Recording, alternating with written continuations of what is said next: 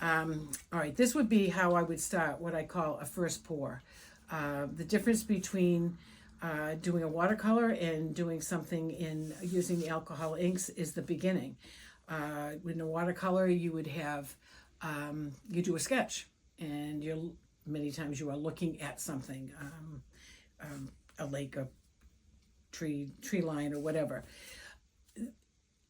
In the alcohol inks, I do what I call a first pour.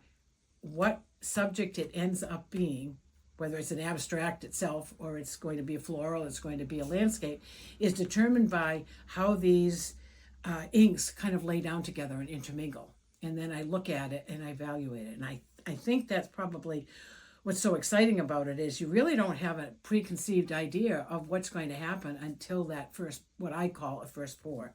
So many times what I do, there are different ways of starting this, is I will take isopropyl, which would act like water would with watercolor. And I just put a little bit of it down so that there are some dry places and some places that have puddles. And then I'll choose colors that I want to use with one another. And so this will be kind of that'll be a really abstracted background. I don't put a lot of ink down. I'm going to use this is canned air. This is one way of doing it. When I do classes, it's all with a straw. But I just want you to see how you can manipulate this ink.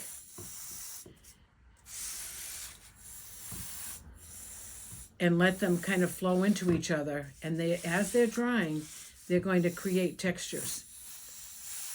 You can add a little bit more of the isopropyl as you go along.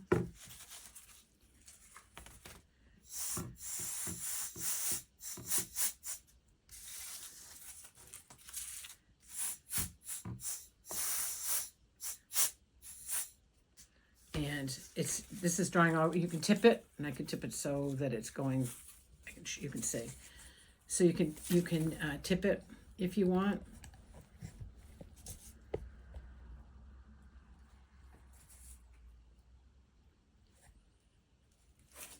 So I might just stop here. I don't like these, so I'll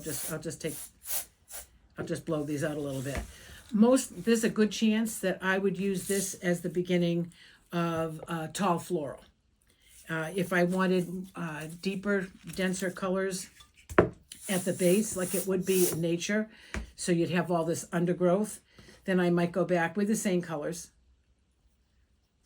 as it's drying and let them intermingle, but there'll be a darker value. Sometimes you can actually make little stems. So I could actually just go like this. Sometimes they close in. But this may, again, it's just the beginning of what will probably be a floral. So this is what it would look like. If you want to stop that, then